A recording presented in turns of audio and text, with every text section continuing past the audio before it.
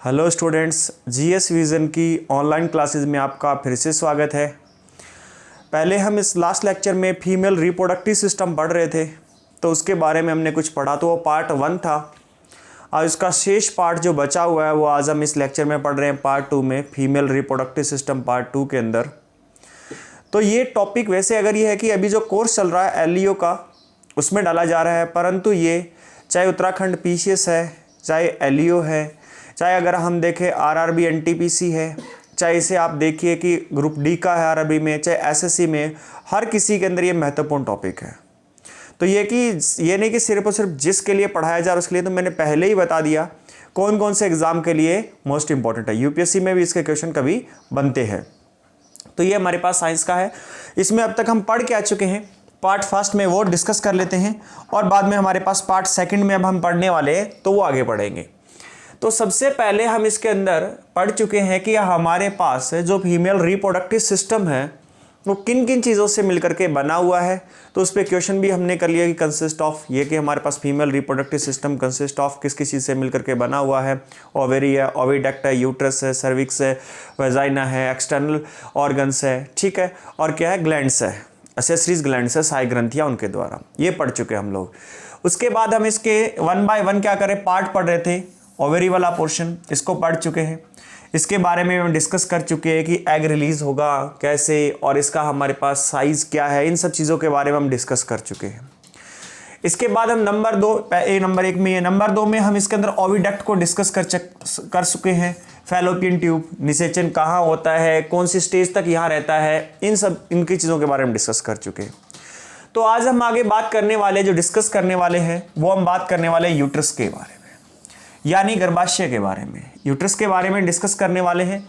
Uterus के बारे में हम ये देखेंगे कि इसके अंदर हमें क्या क्या पढ़ना है और किस चीज़ से यहाँ से क्वेश्चन बनते हैं, इन सब चीज़ों के बारे में डिस्कस करेंगे। तो अगर हम सबसे पहले देखें तो ये यूट्रस है, इसके बारे में देखिए। अगर देखा जाए तो ये इसकी शेप क्या है, इन्वर्टेड पेयर, उल्टे नाशपाती के समान है। हाँ बिल्कुल, उल्टे नाशपाती के समान। कैसे, अगर हम देखें तो नाशपाती कुछ इस प्रकार से है। नाशपाती को अगर हम देखते हैं कुछ इस प्रकार से होती है नाशपाती। तो अगर हम इसे उल्टा कर दें तो ये कैसी बनेगी, इसे उल्टा कर दिया तो ये कुछ इस प्रकार से बनेगी। ये हम इन चीज़ों से क्वेश्चन आते हैं, ध्यान रखना डायरेक्ट। तो इसी प्रकार से अगर हम देखें तो ये उल्टे नाशपाती के समान नजर आता है इसमें। सबसे पहले नंबर 2, 1 नंबर पॉइंट ये हो चुका कि इसकी शेप कैसी है, उल्टे नाशपाती के समान है, इन्वर्टेड पेयर्स के लाइक इन्वर्टेड पेयर। अगर नंबर 2 देखें तो अगर हमारे पास इसका साइज क्या है, एक तो मैं शेप देख लिया कि इसकी आकृति है कैसी, नंबर 2 साइज देखा जाए, 8 इंटू में 5 इंटू में 3 सेंटीमीटर। ये 3 सेंटीमीटर की जगह कहीं पर 2.52 सेंटीमीटर भी लिखा होता है, कोई दिक्कत नहीं। अप्रोक्सीमेशन में बताया गया है कि 8 इंटू 5 इंटू 3 सेंटीमीटर की शेप में। तो जो अगर इसका देखा जाए लेंथ, इसकी हमारे पास लेंथ ब्रेथ विड्थ देखी जाए तो क्या 8 इंटू 5 इंटू 3 सेंटीमीटर के रूप में यूट्रस में। तो ये चीज हमारे पास यह है कि अगर इसकी साइज देखी जाए तो हमारे पास क्या 8 इंटू 5 इंटू 3 सेंटीमीटर है। अब पेल्विक पोल के बारे में हम लास्ट टाइम बात भी कर चुके कि किससे जुड़ा हुआ है, लिगामेंट से जुड़ा हुआ है।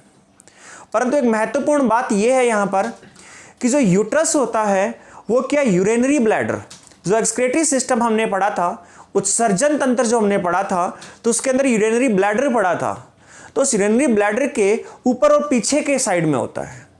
तो ये देखा जाए, अगर हम इसमें एक्चुअली पोजीशन देखें, ये तो क्या यूट्रस है, ये वाला भाग है क्या यूट्रस है। अगर इसको साइड से देखा जाए तो साइड से देखने में यूट्रस कुछ इस प्रकार से नजर आता है। साइड व्यू है ये, यहां से क्या फ्रंट व्यू है और ये क्या साइड व्यू है। साइड व्यू से देखने से यूट्रस कुछ इस प्रकार से नजर आता है। तो यहां आप देख सकते हैं खुद कि यहां जो हम यहां इंडिकेट कर रहा हूं, ये क्या यूरिनरी ब्लैडर है। ये क्या है, यूरिनरी ब्लैडर है, जिसे हम कहते हैं कि मूत्राशय या मूत्र की थैली, जहां पे मूत्र एकत्रित होता है। तो उसकी बैक साइड के अंदर, उसके पीछे वाले भाग और ऊपर और पीछे वाले भाग के अंदर इसकी क्या लोकेशन होती है, इसकी पोजीशन होती है, कहां पाया जाता है, अगर ये पूछा जाए यूट्रस कहाँ पाया जाता है फीमेल में, तो जो क्या यूरिनरी ब्लैडर या जो मूत्राशय या जो मूत्र थैली है उसके पीछे और ऊपर वाले भाग, थोड़ा सा ऊपर और पीछे की तरफ पाया जाता है। It is found above and behind the urinary bladder, यह मूत्राशय के ऊपर व पिछले वाले भाग में होता है। यानी ये देख सकते हैं ऊपर भी और कुछ पीछे वाले भाग में भी आ रहा है। तो यहां तक ये देखिए, ये यहां तक सर्विक्स वाला भाग तक है, यहां तक। तो ये हमारे पास यहां जो आ रहा है, तो ये अगर इसकी रेड टाइप में अगर लोकेशन देखें, अगर इसका मैं मार्कर चेंज करूं तो यहां देखिए आप स्काई ब्लू कलर से जो नजर आ रहा है ये क्या है, यहां पर अगर देखा जाए तो ये हमारे पास है क्या, यूट्रस है।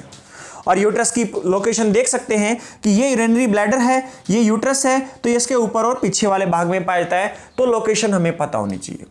यानी शेप इसकी कैसी है, उल्टी नाशपाती के समान इसकी शेप है। ये देखिए कई सारी चीज़ों में क्वेश्चन आते हैं। हार्ट की शेप कैसी होती है, लाइक ए फिस्ट, मुट्ठी जैसी, ठीक है। अगर हमारे पास इसी प्रकार से इस पर पूछा जाए कि हमारे यूट्रस की शेप कैसी होती है, तो यूट्रस की शेप के बारे में अगर हम बात करें तो लाइक इन्वर्टेड पेयर, किस प्रकार से, उल्टी नाशपाती के समान है। साइज 8 × 5 × 3 सेंटीमीटर है। पेल्विक वॉल्स के साथ लिगामेंट से कनेक्टेड रहता है, ठीक है। और साथ ही साथ इसकी लोकेशन देखी जाए तो लोकेशन इसकी क्या है, यूरिनरी ब्लैडर के पीछे और ऊपर वाले भाग में ये पाया जाता है, या वहां पर ये पाया जा रहा है। ये 3 भागों में डिवाइडेड है। जो पूरा यूट्रस है उसको 3 भागों में डिवाइडेड किया जाता है। जो इसका सबसे, ये देखो हमारे पास जो यहाँ डायग्राम है, इस डायग्राम में देख लेते हैं। तो यहां अगर ये यूट्रस है, इसके अंदर देखा जाए तो ये सबसे ऊपर वाला भाग जो फैलोपियन ट्यूब से ऊपर वाला भाग है, ये वाला फैलोपियन ट्यूब से ऊपर वाला भाग जो है, जहां पर ये आकर के फैलोपियन ट्यूब एंट्री करती है, इससे ऊपर वाला भाग है, इसे कहते हैं फंडस। इसे कहते हैं फंडस। ये क्या है, एक गुद्देदार भाग, गुद्देदार भाग होता है, ठीक है। और ये क्या है, फैलोपियन ट्यूब ओपन होती है इसी भाग के अंदर, यहां पर आकर के, तो ऊपर वाले भाग को क्या कहते हैं, फंडस। ध्यान रखिए ये पार्ट्स कई बार सीक्वेंस में लगाने आते हैं, ये पार्ट्स कई बार सीक्वेंस में लगाने आते हैं, या यहां से क्वेश्चन ऐसा बनता है कि निम्नलिखित में से कौन सा यूट्रस का भाग नहीं है, गर्भाशय का पार्ट नहीं है, यहां से ये क्वेश्चन इस प्रकार से बनते हैं। तो हमें इनके एक एक पॉइंट्स को बड़े ध्यान से याद रखना पड़ेगा, उनका सीक्वेंस भी हमें याद रखना पड़ेगा, और कौन कौन से पार्ट, जैसे अगर देखिए स्मॉल इंटेस्टाइन में भी हमने 3 पार्ट देखे थे, ड्यूडेनम, जेजुनम, इलम, ठीक है। लार्ज इंटेस्टाइन में देखे थे, उनके सीक्वेंस भी हमें लगाने आने चाहिए। तो इसी प्रकार इनके अंदर भी सीक्वेंस हमें लगाना आना चाहिए, उनके कितने पार्ट्स में डिवाइडेड है, किस पार्ट का क्या काम है, ये चीजें हमें पता होनी चाहिए। तो ये ऊपर वाला भाग जो फंडस है, ये क्या गुद्देदार सा भाग होता है यहां पर। इसके बाद अगर हम देखें यहां पर, ये वाला पार्ट जो है, ये वाला पार्ट जो है, ये इसका कॉर्पस कहलाता है। ये वाला पार्ट क्या है, कॉर्पस, या इसे बॉडी भी कहते हैं। ये वाला भाग कहलाता है कॉर्पस, या इसे बॉडी भी कहते हैं, कॉर्पस या फिर इसे बॉडी भी कहते हैं। और जो लास्ट वाला भाग है इसके अंदर, तो यहां अगर हम देखें तो ये वाला भाग कहलाता है सर्विक्स, ये वाला भाग कहलाता है सर्विक्स। तो अगर हम बात करें यहां पर कि जो यहां हमारे पास यूट्रस है वो कितने पार्ट में डिवाइड है, 3 पार्ट में, फंडस, कॉर्पस और सर्विक्स के अंदर। जो फंडस है इसके अंदर फैलोपियन ट्यूब आकर के क्या ओपन होती है, या फैलोपियन ट्यूब के ओपन होने वाले से ऊपर वाला भाग वो क्या है, हमारे पास फंडस कहलाता है। ये गुद्देदार टाइप का भाग होता है। इसके बारे में हम एक जगह और पढ़ेंगे, जब प्लेसेंटा के बारे में बात कर रहे होंगे तो उस दौरान इस पार्ट का फिर से नाम आएगा, क्योंकि जो प्लेसेंटा होती है, यानी जो नाल होती है, जो बच्चे को भोजन प्रोवाइड करने वाली जो नाल होती है, वो क्या है, इसी भाग से कनेक्टेड रहती है, ठीक है। इसके बाद हमारे पास हमने दूसरा इसके अंदर पार्ट देखा, ये हमारे पास क्या, कॉर्पस, या इसे बॉडी भाग करते हैं। ये मेन पार्ट होता है, ये मेन पार्ट होता है। यहां पर कई सारी घटनाएं घटित होती है। इनके अंदर जो लेयर्स होती है, 3 लेयर से मिलकर के बना होता है, तो सबसे ज्यादा भाग यही होता है। और अगर देखा जाए तो रियल में जो भ्रूण रोपण जो होता है वो भी इन्हीं वाले भाग में होता है, इसी वाले क्या है, कॉर्पस या बॉडी वाले भाग में होता है। इसीलिए जो गर्भाशय है, जो यूट्रस है, उसके 3 पार्टों में से सबसे मुख्य पार्ट जो, या मेन पार्ट जो माना जाता है, वो कॉर्पस बॉडी को माना जाता है। वो क्या है, कॉर्पस बॉडी को माना जाता है, कॉर्पस को या बॉडी को माना जाता है। मिडल और मेन पार्ट, ये मध्य और मुख्य भाग होता है। थर्ड पार्ट जो आपको यहां एक नजर आ रहा होगा, ये सर्विक्स, थर्ड पार्ट नजर आ रहा होगा सर्विक्स। और यह है कि कुछ लोगों ने यह सुना भी होगा कि जब क्या बच्चे का जन्म होता है तो अगर ये सर्विक्स ओपन ना हो, बच्चे का जन्म होता है और ये जब सर्विक्स ओपन ना हो तो उस महिला को ऑपरेट करना पड़ता है, उस महिला के ऑपरेशन करना पड़ता है, या फिर क्या है, सी सेक्शन के द्वारा बच्चे को जन्म करवाया जाता है। तो ये है कि अगर देखा जाए सर्विक्स वाला भाग है इसका ओपन होना बहुत ज़रूरी है। सर्विक्स वाला भाग ओपन होगा तभी बच्चे का नॉर्मल डिलीवरी होती है। इस बात का हमें इसमें ध्यान रखना है। तो जो क्या यूट्रस है, यूट्रस तीन पार्ट से क्या, तीन पार्ट में डिवाइडेड है। एक ऊपर वाला कौन सा है, फंडस, कॉर्पस जिसे बॉडी कहते हैं, और सर्विक्स थर्ड वाला पार्ट। जो ये सर्विक्स है तो अगर इसे देखा जाए, सर्विक्स वाले पार्ट को देखा जाए तो यहां देखें तो ये सर्विक्स है, इससे आगे क्या वेजाइना है। तो सर्विक्स वाला जो यहाँ पे एक कैनाल है, सर्विक्स वाली जो नाल है, सर्विक्स को ग्रीवा कहते हैं, हिंदी में सर्विक्स को ग्रीवा कहते हैं। तो यहां देखा जाए तो एक लंबी सी नाल है। तो ये हमारे पास यहां डायग्राम में देख रहे हैं कि ये लंबी सी नाल है। इस नाल को और वेजिना को मिला करके इसे बर्थ कैनाल भी या इसे क्या जन्म नाल भी कहा जाता है। बर्थ कैनाल या जन्म नाल भी इसे कहा जाता है। तो सर्विक्स क्या, कैविटी ऑफ सर्वाइकल कैनाल कहते हैं इसे, और सर्वाइकल कैनाल ग्रीवा नाल योनि के साथ मिलकर बर्थ कैनाल का बनाती है। अगर एग्जाम में हमसे ये पूछता है कि बर्थ कैनाल किन दो पार्ट से मिलकर के बनी होती है, किन से मिलकर के बनी होती है, तो एक चीज का आप ध्यान रखिए, जो सर्वाइकल कैनाल या जो सर्विक्स कैनाल है प्लस में वेजाइना भी एक यहाँ पर नाल के रूप में ही काम कर रही है, कैनाल के रूप में ही काम कर रही है योनि। तो ये दोनों मिलकर के क्या है, बर्थ कैनाल का यहाँ पर क्या करते हैं, निर्माण करते हैं। इसे क्या है बोला जाता है कि बर्थ कैनाल किससे मिलकर के बनी हुई है, तो ये बनी हुई है सर्विक्स जो कैनाल है या सर्वाइकल कैनाल प्लस में क्या है वेजाइना, इन दोनों से मिलकर के जिसका निर्माण हो रखा है तो उसे क्या कहते हैं, बर्थ कैनाल कहते हैं या जन्म नाल कहा जाता है, या जन्म नाल इसे कहा जाता है। तो ये यहां पर हमारे पास यूट्रस के बारे में बेसिक इंफॉर्मेशन थी कि पॉइंट टू पॉइंट हमें क्या चीजें याद रखनी है। इसकी शेप कैसी है, लाइक इन्वर्टेड पियर्स, उल्टे नाशपाती के समान। साइज क्या है, 8 इंटू 5 इंटू 3 सेंटीमीटर्स। इसके बाद हमने देखा ये किससे जुड़ी है, पेल्विक वॉल से जुड़ा हुआ है। और इसकी लोकेशन क्या है, तो लोकेशन है यूरेनरी ब्लैडर के पीछे और ऊपर वाले भाग के अंदर। हमने ये चीज देखी। ये कितने पार्ट में डिवाइड है, 3 पार्ट में डिवाइड है, फंडस, कॉर्पस, सर्विक्स, तीनों से। फंडस गुद्देदार ऊपर वाला भाग होता है जिसमें फैलोपियन ट्यूब की ओपनिंग के ऊपर स्थित है। ये फैलोपियन ट्यूब है, इसकी ओपनिंग है, इससे ऊपर वाला भाग जो भी है ये क्या कहलाता है, फंडस। जो कॉर्पस है, बॉडी है, ये मेन पार्ट होता है, ये सबसे ज्यादा एरिया भी होता है। और ये हमारे पास मेन भाग कहते हैं सर्विक्स। सर्विक्स को ये वाला भाग है और इसमें सर्विक्स कैनाल के साथ में मिलकर के सर्वाइकल कैनाल प्लस में वेजिना मिलकर के क्या है, बर्थ कैनाल का निर्माण करती है। तो ये बेसिक इंफॉर्मेशन थी हमारे पास यूट्रस के बारे में। अब इसमें थोड़ा और डिटेल में चलें तो यूट्रस के बारे में पढ़ें तो यूट्रस क्या है, 3 लेयर से मिलकर के इसका निर्माण हुआ है। जो यूट्रस है ये क्या है, 3 लेयर से मिलकर के बना हुआ है। अगर हम यहां पर बनाए यूट्रस को,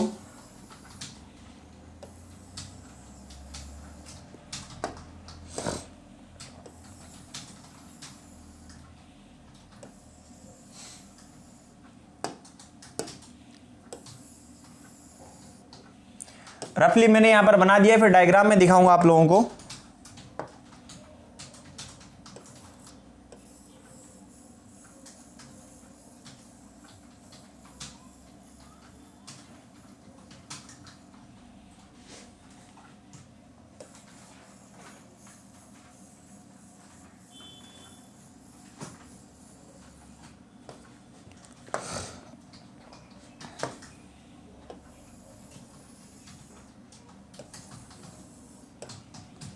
तो अगर हम बात करें यूट्रस, कुछ इस प्रकार से हमने डायग्राम में देखा था बेबी, इसको मैंने रफली सा लिया है ताकि समझाने के लिए।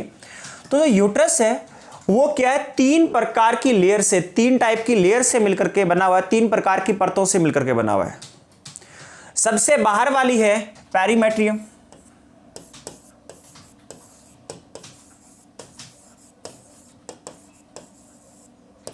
बीच वाली होती है मायोमेट्रियम,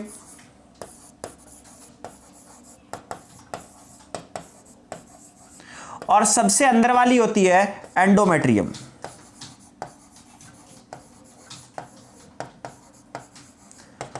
तो इनके बारे में इनके नाम भी बहुत सही से याद रखने हैं, खासकर उनको जो क्या है एलियो वाले हैं या पीसीएस वाले हैं, खासकर वो जो एलियो वाले हैं पीसीएस वाले हैं। एनटीपीसी में भी मे बी क्या हो यहां से क्वेश्चन बन जाए, परंतु एलियो वालों के लिए जिनके लिए स्पेशल क्या है साइंस के बारे में ही है जो, या फिर पीसीएस के अंदर जो क्या स्पेशल मेंस के अंदर क्या होता है एक पेपर आता है लिखना, तो वहां इनके बारे में जरूर जिक्र होता है, इनके बारे में बातें होती है। जो यूट्रस होता है वो 3 प्रकार की लेयर से मिलकर के उसका निर्माण हुआ होता है। सबसे बाहर वाली लेयर जो होती है वो पेरीमेट्रियम होती है, मायोमेट्रियम उसके बीच वाली होती है, एंडोमेट्रियम क्या होती है सबसे अंदर वाली होती है। अगर हम सबसे बाहर वाली के बारे में बात करें, पेरीमेट्रियम के बारे में बात करें, तो ये क्या है, एक यहां इसके बारे में इतना कह सकते हैं कि एक बड़ी चौड़ी हमारे पास इस प्रकार की लेयर होती है जो यूट्रस की सबसे बाह्य लेयर है। परंतु अगर हम बात करें मायोमेट्रियम के बारे में, तो मायोमेट्रियम जो क्या है मिडल वाली मध्य वाली लेयर होती है, इसके बारे में अगर हम देखें तो ये वाली क्या है मायोमेट्रियम है। अब यहां एक महत्वपूर्ण बात यह है जो हमें यहां पर याद रखनी है, जिस बात को कि मायोमेट्रियम का यहां पर क्या काम और क्या नहीं है। तो आपको जब क्या एक्सोएंडोक्राइन पढ़ाया गया था, फॉरेस्टर वालों को पढ़ाया गया होगा और दूसरे लोगों को भी पढ़ाया जाएगा, जिसने भी जो कोर्स परचेज कर रखा है, जिसमें जो बात कर रखी है उसे पढ़ाया जाएगा। तो हमने वहां पर एक ऑक्सीटोसिन हार्मोन के बारे में बात की थी और जिसके बारे में हमने कहा था लेबर पेन हार्मोन, यानी प्रसव पीड़ा, यानी बच्चे के जन्म के दौरान या बच्चे के डिलीवरी से जस्ट थोड़ा समय पहले जो एक दर्द उत्पन्न करते हैं या इस गर्भाशय को संकुचित करने का कार्य करता है, वो ऑक्सीटोसिन हार्मोन होता है।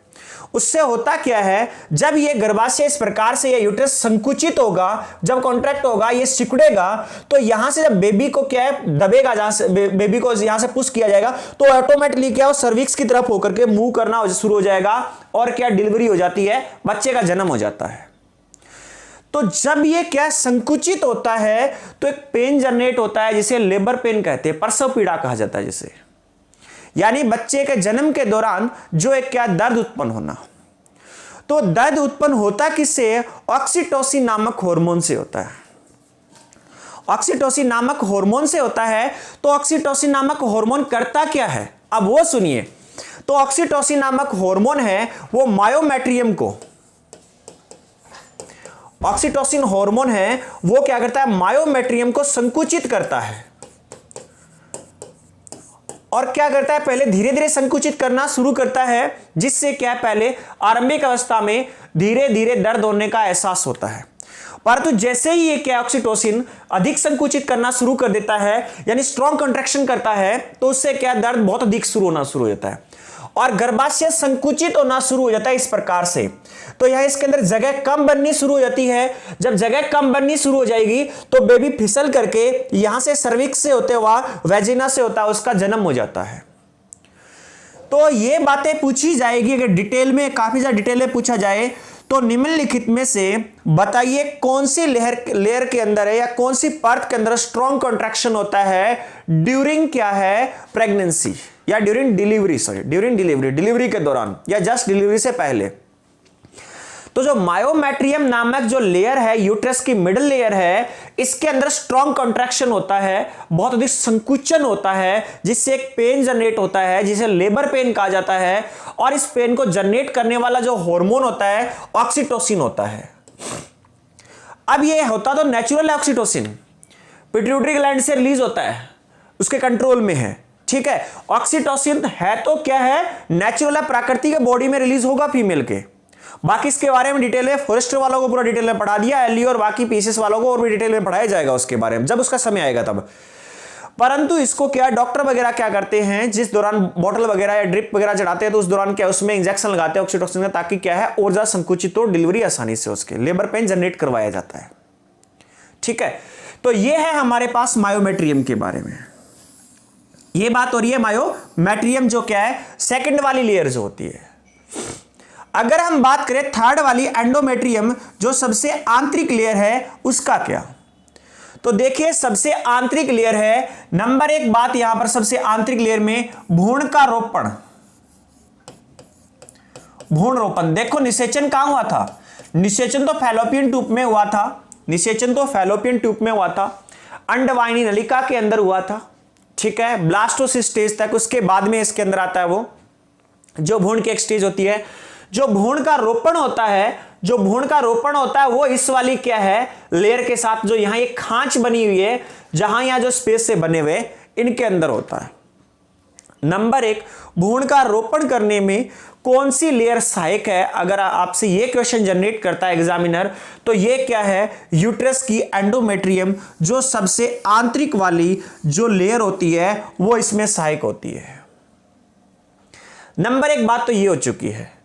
नंबर 2, वैसे मेंस्ट्रुएशन साइकिल आपको अलग से पूरा का पूरा एक लेक्चर में पढ़ाया जाएगा, परंतु हल्की सी बात लेकर के आता हूं मैं, उसको क्या यहां इसकी जरूरत है। इसीलिए तो मेंस्ट्रुएशन साइकिल के बारे में, या रजो चक्र, या जो डेट या पीरियड्स, या जो कहते हैं कि मासिक चक्र जो होता है या मासिक धर्म जो होता है, तो उस दौरान जो फीमेल की बॉडी से ब्लड, जो फीमेल की बॉडी से ब्लड बाहर निकलता है और उसके साथ में कुछ छोटे छोटे पार्टिकल्स भी बाहर निकलते हैं, तो वो क्या होते हैं, वो ये वाले एंडोमेट्रियम जो लेयर होती है ये टूट टूट करके बाहर निकलती है।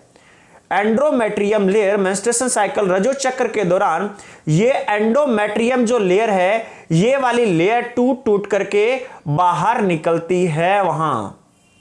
अब कोई कहेगा सर टूट जाएगी तो फिर सेकंड टाइम, हाँ, जब मेंस्ट्रुएशन साइकिल आपको पढ़ाया जाएगा, उसकी स्टेजेस पढ़ाई जाएगी, तो ये क्या होती है, बनती रहती है, डिस्ट्रॉय होती रहती है, बनती रहती है, डिस्ट्रॉय होती है, थिक थिन, मोटी चौड़ी, चौड़ी पतली ये होती रहती है। उस दौरान आपको पूरा डिटेल में बताया जाएगा। सिर्फ यहां हम यूट्रस के इस लेयर के बारे में बात कर रहे हैं। तो जो एंडोमेट्रियम लेयर है उसके मुख्यतः 2 काम हैं। नंबर 1, भ्रूण का रोपण इसी में होगा। अगर निषेचन या फर्टिलाइजेशन नहीं हुआ है, अगर फर्टिलाइजेशन नहीं हुआ है तो क्या होगा, जैसे ही 20 डेज के बाद में जैसे फीमेल के अंदर मेंस्ट्रुएशन साइकिल या मासिक धर्म रजो चक्र या डेट पीरियड्स जो क्या है रिपीट होते हैं, तो उस दौरान ये वाली लेयर टूट टूट करके बाहर आ जाती है। और अब वो ब्लड कहां से आया फिर, ठीक है, उसके अंदर कुछ पार्टिकल्स आते हैं हल्के हल्के छोटे छोटे, वो तो ठीक है, परंतु अगर ये देखा जाए वो ब्लड कहां से आया, तो इस एंडोमेट्रियम लेयर के अंदर ब्लड वेसल्स पाई जाती है। एंडोमेट्रियम लेयर के अंदर ब्लड वेसल्स पाई जाती है, तो ब्लड वेसल्स टूट टूट करके बाहर आती है। वो ब्लड वेसल्स फट जाती है टूट करके, वो भी इसके साथ में बाहर आती है, तो वहां से ब्लड रिलीज होता है। तो ये हमारे पास 3 लेयर थी, पेरीमेट्रियम, मायोमेट्रियम, एंडोमेट्रियम। ये क्या है, तीनों की तीनों यूट्रस की लेयर है। अगर इनका सीक्वेंस लगाना आता है कई बार बाहर से अंदर की ओर, अंदर से बाहर की ओर, तो आपको इसको पता होना चाहिए इनके नाम के बारे में। चलिए अब स्लाइड में देख लेते हैं। सबसे पहले वॉल ऑफ यूट्रस, गर्भाशय की दीवारें 3 लेयर से मिलकर के, गर्भाशय की दीवार जो 3 लेयर से मिलकर के बनी होती है, पेरीमेट्रियम, मायोमेट्रियम, एंडोमेट्रियम। अब देखिए पेरीमेट्रियम के बारे में अभी हमने बात की थी कि जो पेरीमेट्रियम है आउटर थिन और मेम्ब्रस लेयर होती है, बाहर वाली और क्या मोटी, अगर ये थिन पतली और मेम्ब्रस लेयर होती है। मायोमेट्रियम के बारे में ये स्मूथ मसल्स होती है, बच्चे के जन्म के समय पेशियों को स्ट्रॉन्ग कॉन्ट्रैक्शन उत्पन्न करती है। अब मैंने आपको बता दिया स्ट्रॉन्ग कॉन्ट्रैक्शन किसकी वजह से उत्पन्न होता है, उस कॉन्ट्रैक्शन को कहते क्या है, उससे एक पेन जनरेट होता है, लेबर पेन जनरेट होता है, इसलिए लेबर पेन कहते हैं, प्रसव पीड़ा कहते हैं, और किस हार्मोन के कारण होता है वो भी बात कर लिया। परंतु मायोमेट्रियम में है, यही बात हम लोग यहां पीछे करके आए हैं मायोमेट्रियम के बारे में। इसके बाद में एंडोमेट्रियम, ये इनर लेयर होती है, रजो चक्र मेंस्ट्रुएशन साइकिल के दौरान चक्रीय परिवर्तन दर्शाती है, भ्रूण रोपण इस पर होता है। रजो चक्र के दौरान रक्त के साथ ये लेयर भी टूटकर बाहर निकल जाती है। ये बातें हमने अभी की है वॉल ऑफ जो हमारे पास यूट्रस है, या 3 लेयर जो है, जो वॉल बनी है, जो गर्भाशय की दीवार 3 परतों से मिलकर के बनी, उन परतों के बारे में हमने स्टेप टू स्टेप सीख लिया है। खासकर ध्यान रखिए इनके नाम आपको पता होने चाहिए और इनके काम भी आपको पता रहने चाहिए।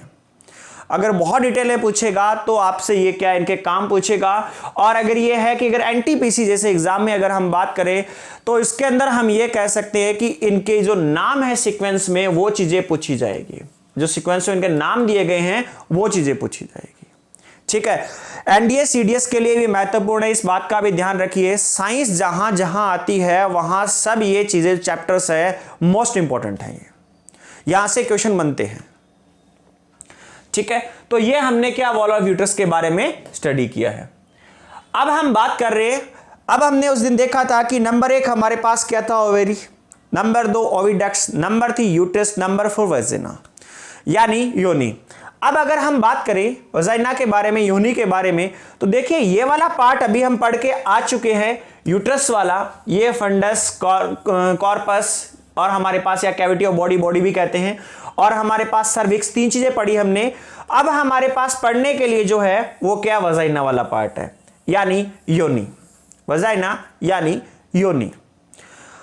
अब वजाइना के बारे में अगर हम बात करें तो ये भी क्या है, एक नाल के रूप में ही कार्य करती है। अगर देखा जाए तो गर्भाशय की ग्रीवा आगे बढ़कर एक पेशीय लचीली नलिका में खुलती है जिसे योनि कहते हैं। लचीली नलिका उसमें खुलती है, योनि कहते हैं। अब अगर देखा जाए योनि क्या है, सल्की उपकला द्वारा जुड़ी होती है, ठीक है, योनि स्त्रीगर्भ सल्की उपकला द्वारा जुड़ी होती है। महत्वपूर्ण पॉइंट, जो वजाइना है इसके अंदर कोई ग्रंथि नहीं होती है। इस बात का हमें ध्यान रखना है कि which type of glands are present in vagina, कौन से प्रकार की ग्रंथियां पाई जाती है वजाइना में। वजाइना में किसी प्रकार की कोई ग्रंथि नहीं होती, इसके अंदर कोई ग्लैंड नहीं होती है। और अगर वजाइना के साइज की बात की जाए तो वजाइना का साइज 7 to 8.5 सेंटीमीटर तक होता है। 7 से 8.5 सेंटीमीटर लगभग इसका क्या साइज होता है, इसकी लेंथ होती है। हाइट पे डिपेंड करता है वो फीमेल कैंडिडेट की। इसके बाद जो आगे वाला भाग होगा वो सर्विक्स होगा। इससे आगे वाला जो भाग होगा वो क्या होगा, सर्विक्स होगा। और एक चीज और देखिए, यह उच्च संवहनीय नलिका जो भीतर से म्यूकस झिल्ली द्वारा घिरी रहती है। म्यूकस मेम्ब्रेन के बारे में हम लोग जब से डाइजेस्टिव सिस्टम पूरे फॉरेस्टर, जब भी फॉरेस्टर का सिलेबस चल रहा था जियोलॉजी, उसके अंदर 2, 3, 4, 5, 6 बार तक भी क्या है नाम आया म्यूकस मेम्ब्रेन का। तो इसके अंदर भी क्या म्यूकस मेम्ब्रेन पाई जाती है। अब एक महत्वपूर्ण बात और है, अगर देखी जाए तो जो ये यहां दूसरा पॉइंट जो एक हमारे पास नंबर 1, तो इसके अंदर वेजाइना के अंदर कोई ग्रंथियां नहीं होती, ये वाली बात आती है। म्यूकस झिल्ली वाला ये आने के चांसेस कम रहते हैं। इसके ऊपर वेजिनल रुगे कहलाते हैं। इसमें क्या है, ऊपरी क्या है, फोल्ड्स पाए जाते हैं, जिनके बारे में भी हम बात करेंगे। फोल्ड्स पाए जाते हैं तो देखिए, जब सेक्स के दौरान, जब एक कपल मेल और फीमेल जब सेक्स करते हैं तो सेक्स के दौरान सिंगल टाइम में एक मेल कैंडिडेट की तरफ से बहुत अधिक मात्रा में शुक्राणु छोड़े जाते हैं। बहुत अधिक मात्रा में, मिलियंस में क्या है, शुक्राणु छोड़े जाते हैं। 100 से 300 मिलियन शुक्राणु भीतर प्रवेश करते हैं। जब क्या है,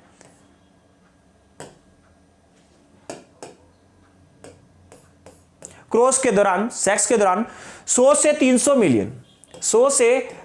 मिलियन शुक्राणु प्रवेश करते हैं, परंतु उनमें से बहुत कम शुक्राणु जो होते हैं, बहुत कम संख्या में, वो आगे जा पाते हैं सर्विक्स की तरफ।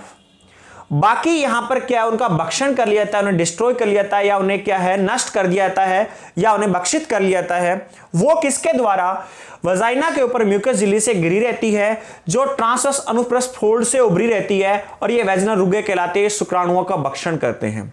तो वजाइना के ऊपर जो म्यूकस झिल्ली से बने हुए अनुप्रस्थ फोल्ड्स जो होते हैं, ट्रांसवर्स फोल्ड्स जो होते हैं, वो उनका भक्षण कर लेते हैं, और बहुत कम मात्रा के अंदर क्या है आगे बढ़ने देते हैं, बाकी का क्या है भक्षण हो जाता है। इस बात का हमें ध्यान रखना है, इस बात का हमें ध्यान रखना है।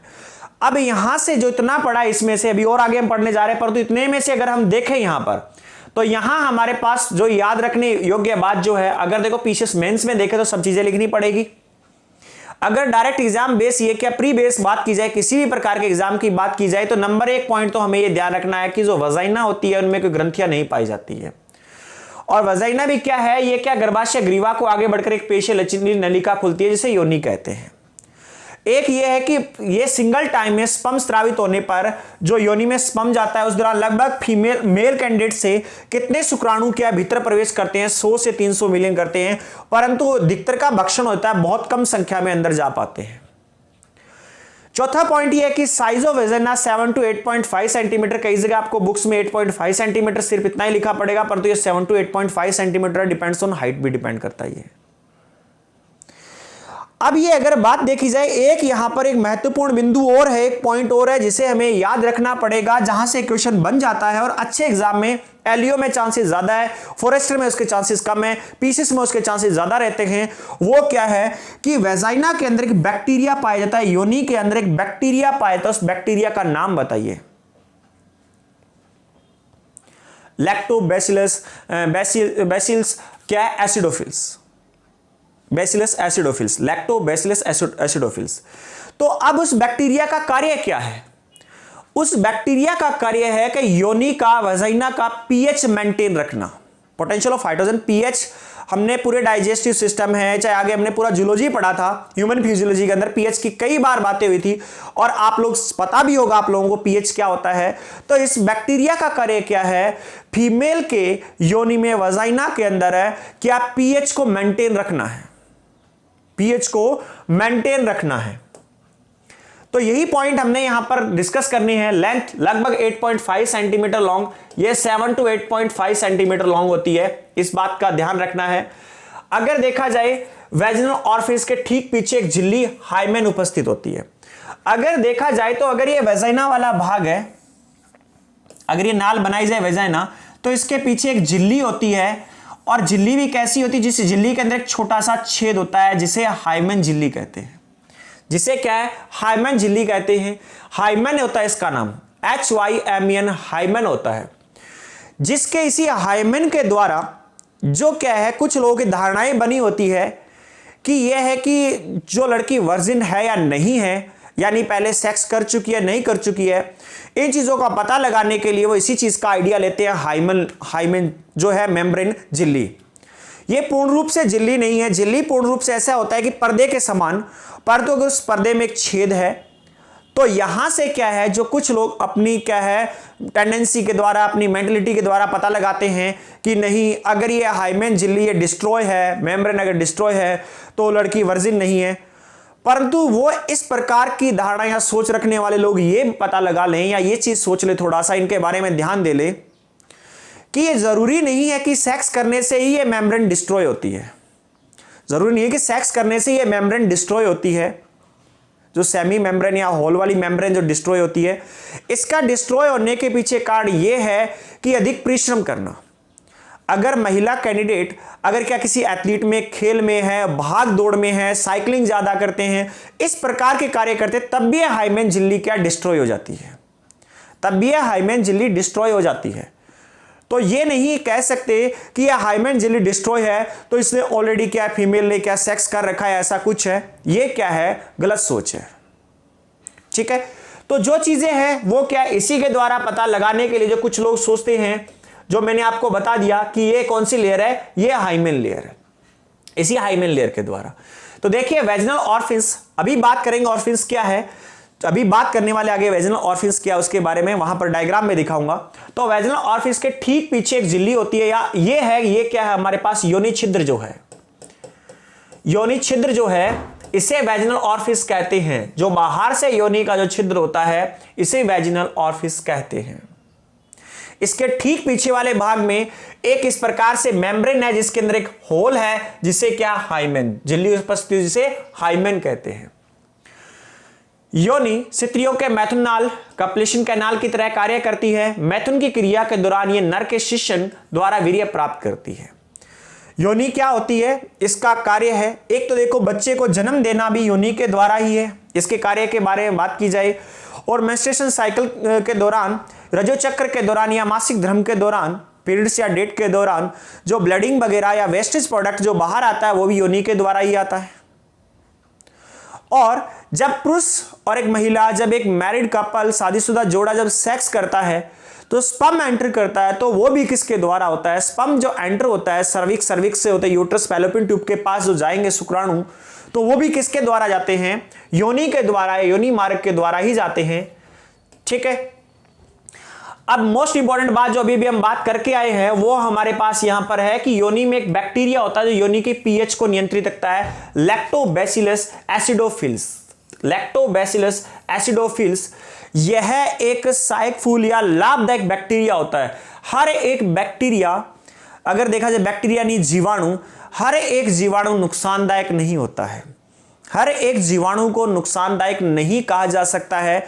जो बैक्टीरिया होते हैं वो कुछ लाभदायक भी होते हैं। उनमें लैक्टोबैसिलस एसिडोफिल्स जो महिला की वजीना योनि में पाया जाता है, इसका कार्य है पीएच को मेंटेन रखना, योनि के पीएच को मेंटेन रखना। अन्यथा क्या है, जो संक्रमण टाइप में, जो कहते हैं कि इन्फेक्शन टाइप में होते हैं, यूरिन में इन्फेक्शन होने की संभावना ज़्यादातर रहती है। ठीक है, तो ये है। और ये क्या है, यह जन्म नाल बर्थ के नाल की तरह ग्रीवा नाल के साथ कार्य करती है समय, ठीक है, कार्य करती है। और अगर इसका एक कार्य और देखा जाए, अभी हमने पढ़ा, इसके अतिरिक्त क्या गर्भाशय से उत्पन्न मासिक स्राव के निष्कासन हेतु पथ उपलब्ध कराती है। इसके बारे में हम लोग डिस्कस कर चुके हैं। तो यहां से हमने ये पढ़े योनि के कार्य, वजीना के कार्य क्या है, और यहां पर जो महत्वपूर्ण हमारे लिए जो क्वेश्चन आने की जो सबसे अधिक संभावना रहती है अच्छे लेवल के एग्जाम्स में, तो वो लैक्टोबैसिलस एसिडोफिल्स, ये योनि के अंदर पाया जाने वाला एक क्या लाभदायक बैक्टीरिया है। इसका कार्य क्या है, इसका कार्य पीएच मेंटेन रखना है। इसका कार्य क्या है, योनि के पीएच को मेंटेन रखना। तो पूरा का पूरा एक डायग्राम आ रखा है। यहां हमने किए क्या, ओवेरी के बारे में बात की थी, फैलोपियन ट्यूब, ओविडक्ट के बारे में, यूट्रस के बारे में, सर्विक्स के बारे में बात की, और यहां हमने वेजिना के बारे में, योनि के बारे में भी बात की है। योनि के बारे में भी बात की है यहां पर।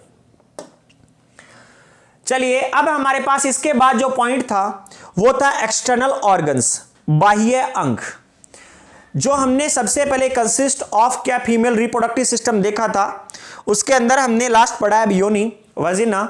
उसके बाद में एक्सटर्नल ऑर्गन्स, बाह्य अंग भी होते हैं, फीमेल रिप्रोडक्टिव सिस्टम के अंदर आते हैं। अब तक हम टोटल इंटरनल पोर्शन के बारे में बात करते जा रहे थे, जो बाहर दिखाई नहीं देते हैं। ये टोटली इंटरनल पोर्शन के बारे में क्या है, हम बात करते जा रहे थे, जैसे कि ओवेरी है, ओविडक्ट है, क्या यूट्रस है, और क्या है, सर्विक्स है, वेजाइना है, इनके बारे में। अगर अब हम इनके बारे में एक्सटर्नल ऑर्गन्स, बाह्य अंगों के बारे में अगर बात करें फीमेल रिप्रोडक्टिव सिस्टम में, तो मेनली उसके अंदर 5 क्या है, ऑर्गन्स ही क्या है, यहां हमें याद रखने हैं। उनके बारे में हल्का हल्का डिस्कस करते हैं। अगर एक्सटर्नल जेनिटेरिया के बारे में बात करें, तो यहां से सबसे मोस्ट इंपॉर्टेंट क्वेश्चन जो एक बनता है, जो डायरेक्ट क्वेश्चन बन जाता है, तो ये बाह्य जननांग जितने भी होते हैं, जैसे कि मॉन्स प्यूबिस, ये यहां देखा जाए मॉन्स प्यूबिस है, ठीक है, लेबिया माइनोरा है, लेबिया मेजोरा है, वेजिनल ओपनिंग है, ठीक है, यूट्रनल ओपनिंग है, क्लाइटोरिस है। इन सबको अगर देखा जाए तो ये सारे के सारे क्या बाह्य जननांग है फीमेल में, और इन सबको एक कॉमन नाम दिया जाता है। और ये क्वेश्चन आता भी है, बाह्य जनन अंग को पूर्ण रूप से या संपूर्ण रूप से क्या कहा जाता है, तो इसे क्या है, पूर्ण रूप से या सामूहिक रूप से क्या है, वल्व या भंग कहा जाता है। सामूहिक रूप से भंग कहते हैं निम्नलिखित अंगों के समावेश को। यही पढ़ने वाले हैं हम लोग यहां पर, क्या mons pubis, labia minora, labia majora है, ठीक है, क्लाइटोरिस है, इनके बारे में पढ़ने वाले यहां पर। तो इन सबको जो क्या है, एक सामूहिक रूप से जो नाम दिया जाता है वो वल्वा कहा जाता है, या इसे हिंदी में भंग कहते हैं। परंतु इसका नाम इंग्लिश का ही नाम याद रखिए आप लोग, हिंदी में जरूरी नहीं है कि यह नाम लिखा हुआ है। ये क्या होता है, इसी को वल्वा को हिंदी में भी लिख सकता है डायरेक्ट वो एग्जामिनर। तो सामूहिक रूप से जो ये है एक्सटर्नल या बाह्य जननांग या एक्सटर्नल जेनेटेरिया है, इनको क्या कहता है, वल्वा कहा जाता है। इस बात का हमें ध्यान रखना है। ये क्वेश्चन ग्रुप सी से लेके यूपीएससी तक कहीं भी बन सकता है, परंतु अधिकतर इस प्रकार के क्वेश्चंस क्या है, जो पर्टिकुलर साइंस बैकग्राउंड के रूप में ही कोई पेपर लिया जाए उसके अंदर आता है, जैसे एलयू है, फॉरेस्टर है, या हम कह सकते हैं पीसीएस टाइप में हो चुका है। आरआरबी एनटीपीसी में भी इस प्रकार के क्वेश्चन, ये क्वेश्चन दोहराया गया है पीछे भी और आगे भी आने की संभावना है इसकी, ठीक है, ये कॉमन था। अगर हम सबसे पहले इसके अंदर एक्सटर्नल जेनेटेरिया, बाह्य जननांग के बारे में पढ़ना शुरू करें, तो मॉन्स प्यूबिस, तो देखिए क्लास, ये जो कुछ बाह्य स्ट्रक्चर है इस प्रकार से, पूरा का पूरा बाह्य स्ट्रक्चर है फीमेल रिप्रोडक्टिव सिस्टम का। जो ऊपर वाला भाग गद्दीनुमा भाग होता है, जो ऊपर वाला गद्दीनुमा भाग होता है, इसे मॉन्स प्यूबिस कहते हैं। इसके नीचे गद्दीनुमा भाग के नीचे, इसे गद्दीनुमा इसलिए है क्योंकि इसके नीचे फैट पाया जाता है, वसा पाए जाते हैं। तो त्वचा के नीचे वसा पाई जाती है, तो गद्दीनुमा भाग है, इसे क्या है, मॉन्स प्यूबिस कहा जाता है। तो यही यहां बताया गया है कि गद्दीनुमा भाग है क्योंकि इसकी त्वचा के नीचे वशीय परत होती है। तरुणावस्था में रोम उग जाते हैं जिन्हें प्यूबिक हेयर्स कहते हैं। अब देखिए ये क्या है, जब यौवन अवस्था में महिला प्रवेश करती है तो इस भाग के अंदर क्या है, हेयर यानी बाल उगने स्टार्ट हो जाते हैं। तो बाल कौन से, मॉन्स प्यूबिस भाग के अंदर उग रहे हैं। तो इसीलिए ये प्यूबिस भाग है, ये क्या है, जगन सेल है। तो इसका नाम क्या, प्यूबिक हेयर कहते हैं इन्हें प्यूबिक हेयर कहते हैं। जब महिला जब मिला क्या है सेक्स सेकंड, और जो कि सेकंड सेक्स ऑर्गन उसमें डेवलप होता है, तो उस दौरान क्या होता है, ये हेयर्स या उगने शुरू होते हैं। तो किस भाग में, मॉन्स प्यूबिस भाग में। तो ये है मॉन्स प्यूबिस भाग। तो यही बात बताई गई कि गद्दीनुमा भाग है क्योंकि इसकी त्वचा में नीचे वशीय परत होती है। तरुण अवस्था में या यंग अवस्था में, जब ये अडल्ट स्टेज में जब इस पर रोम उग जाते हैं जिन्हें प्यूबिक हेयर कहता है, तो हमें इसका नाम, मुख्यतः इसका नाम याद रखना है, कौन सा बाह्य जनन अंग है। मेल और फीमेल में क्या है, इनमें से अगर 4 ऑप्शन होंगे, 3 ऑप्शन फीमेल के जननांग दे रखे होंगे एक्सटर्नल, एक क्या होगा, मेल का दे रखा होगा। तो वहां हमें कंफ्यूजन ना हो, इसलिए हमें इनके नाम याद रखने हैं। तो यह मॉन्स प्यूबिस होता है, ऊपर वाला भाग। अगले पार्ट की बात करें तो लेबिया मेजोरा है, वृद्ध बगोश जो कहते हैं लेबिया मेजोरा है। तो लेबिया मेजोरा ये वाला भाग होता है। वास्तव में देखा जाए तो ये लेबिया मेजोरा है जो ये भाग, इसके अंदर देखा जाए तो ये क्या, एक जोड़ी होता है। एक इधर वाली साइड में देख सकते हैं, एक इधर वाली साइड में लिप टाइप, यानी क्या होठों के साइज के जैसे प्रकार से कुछ होता है। तो ये है लेबिया मेजोरा। ये मॉन्स प्यूबिस के बाद आने वाला भाग लेबिया मेजोरा है। इस पे भी हल्के हल्के रोम्स या हेयर क्या इसके ऊपर पाए जाते हैं। इस भाग के ऊपर भी हल्के हल्के रोम्स या हेयर क्या है पाए जाते हैं। तो यही है कि एक जोड़ी मासल वलन है जो जगन सेल के नीचे की तरफ प्रसारित होता है, योनि छिद्र को घेरे रखता है। इसकी बाह्य सतह पर रोम होते हैं। योनि छिद्र यहां देखा जाए तो योनि छिद्र जो ये है, इनको घेरे रखने का कार्य भी क्या है, इसी के द्वारा। अब तक जो हमने दो मॉन्स प्यूबिस और लेबिया मेजोरा जो पढ़े हैं, इनमें फोल्ड्स नहीं पाए जाते इतने अधिक। ये क्या होते हैं, सपाट रूप में होते हैं, प्लेन होते हैं। परंतु इसके बाद लेबिया माइनोरा और क्लाइटोरिस वाले ये वाले भाग पढ़ने वाले हैं, वेस्टिब्यूल्स वगैरह पढ़ने वाले हैं। तो इनके अंदर देखा जाए तो ये वो वाले भाग हैं जिनके अंदर बहुत अधिक मात्रा में फोल्ड्स पाए जाते हैं। ठीक है, तो ये हमारे पास सेकंड था लेबिया मेजोरा, वृद्ध बगोष्ठ। थर्ड है लेबिया माइनोरा, लघु बगोष्ठ। लेबिया माइनोरा, लघु बगोष्ठ, ये क्या, आंतरिक फोल्ड वलन वाले भाग। ये देखा जाए ये वाला भाग, ये यहां पर देखा जाए फोल्ड वाला भाग है, ये जो स्किन होती है कुछ फोल्ड टाइप में, और ये क्या इजीली मूवेबल स्किन होती है, और ये क्या थोड़ी बाहर की ओर उभरी हुई होती है, नॉर्मल स्पेस से थोड़ी बाहर की ओर उभरी हुई होती है। तो ये क्या यहां पे लेबिया माइनोरा वाला भाग है। और अगर देखा जाए तो लेबिया माइनोरा वाला ये भाग है, यहां इस प्रकार से देखें, यह है लेबिया माइनोरा वाला भाग। तो यहां पे वेस्टिब्यूल्स पाए जाते हैं। यहां पर क्या है, वेस्टिब्यूल्स पाए जाते हैं। लेबिया माइनोरा वाले भाग के अंदर है वेस्टिब्यूल्स पाए जाते हैं। वेस्टिब्यूल्स के बारे में अभी बात करने वाले हैं। वेस्टिब्यूल्स किसे कहते हैं? वेस्टिब्यूल जिस प्रकार से पुरुष का पेनिस या सीशन, जिस प्रकार से पुरुष का पेनिस या सीशन जिस प्रकार से सेंसिटिव होता है, इतना अधिक सेंसिटिव होता है, उसी प्रकार से ये क्या है, वेस्टिब्यूल वाला एरिया भी क्या होता है, सेंसिटिव एरिया के रूप में भी काम करता है। परंतु ध्यान रखिए, जो हम बात करेंगे क्लाइटोरिस के बारे में वो अभी आगे बात करने वाले हैं, और इसके अंदर वेस्टिब्यूल में वेजिनल, यूथ्रल और हाइमेन ओपनिंग। मेन जो बात है यहां ये वेस्टिब्यूल्स के बारे में, जो लेबिया माइनोरा वाले भाग में आते हैं, यहां पर 3 छिद्र पाए जाते हैं, 3 होल पाए जाते हैं। ये लेबिया माइनोरा के अंडर ही आ रहे हैं। वो कौन से?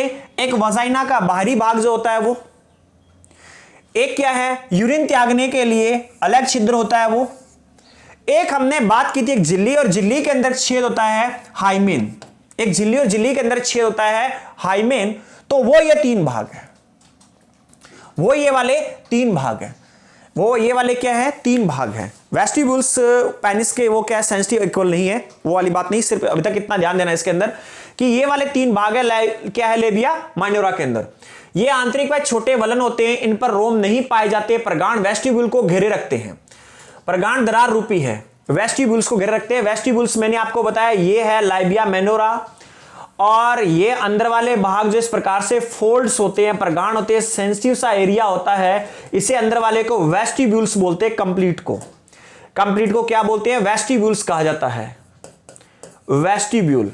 इसको कंप्लीट को क्या कहता है? वेस्टिब्यूल या प्रगांड, प्रधान नहीं प्रगांड है, ठीक है। दरारनुमी भाग होता है, दरारनुमी भाग मतलब इस प्रकार से इसमें क्या है दरार पड़ी हुई थी, इस प्रकार का जो भाग होता है इसको कवर करके रखता है कौन सा? Labia minora. ये इसके अंडर वाली साइड में, इसके आंतरिक वाले भाग में आता है लेबिया माइनोरा के। तो यही बताया गया भाई वेस्टिब्यूल्स को घेरे रखते हैं प्रगाढ़ दरार रूपी भाग है।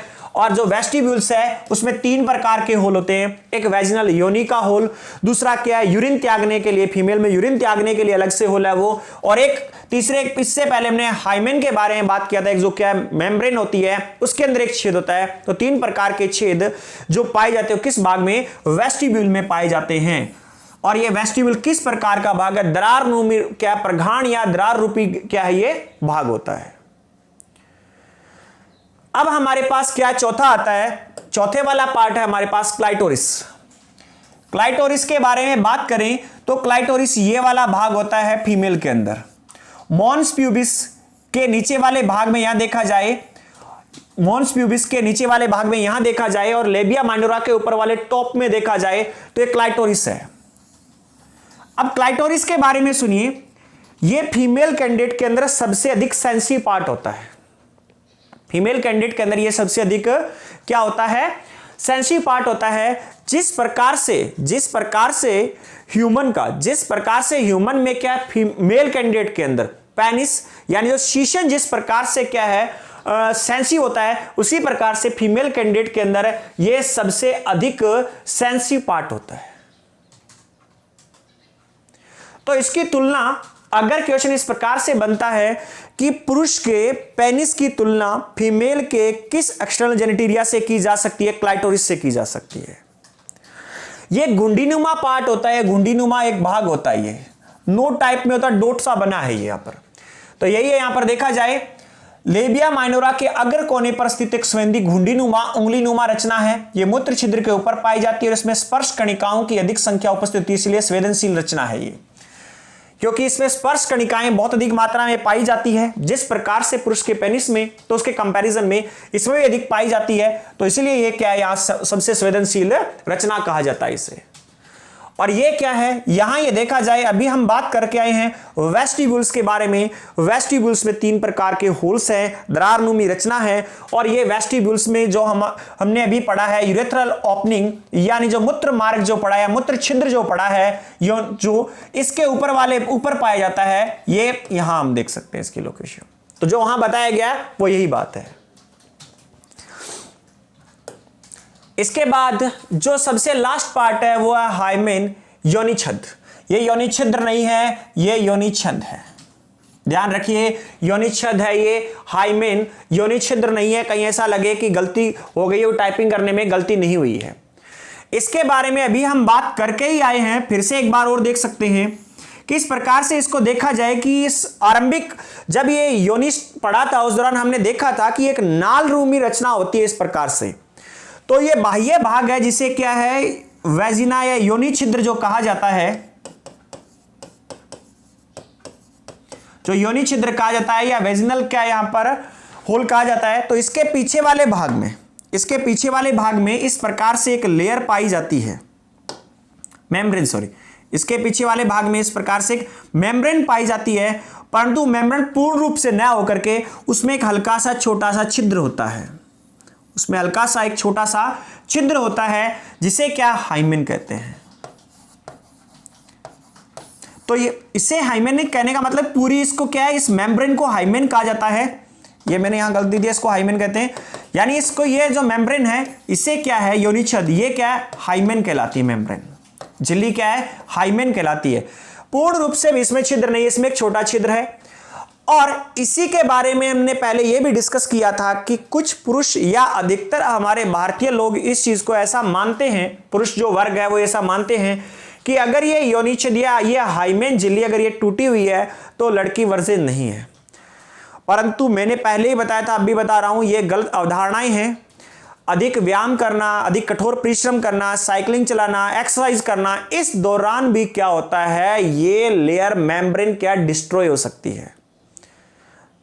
तो जरूरी नहीं है कि जिस महिला के अंदर ये हाइमेन लेयर डिस्ट्रॉय है तो ये है कि उसने सेक्स ही किया हो। तो ये ऐसा कोई यहां पर हार्ड एंड फास्ट रूल नहीं है।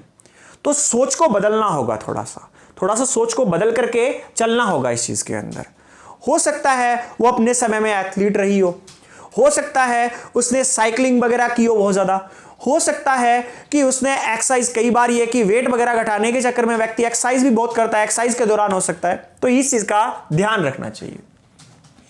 योनि छिद्र पतली झिल्ली उपस्थित हाइमेन कहते हैं यह शारीरिक व्यायाम, अधिक परिश्रम, घुड़सवारी, साइकिलिंग, संसर्ग के दौरान यानी सेक्स के दौरान ये फट जाती है।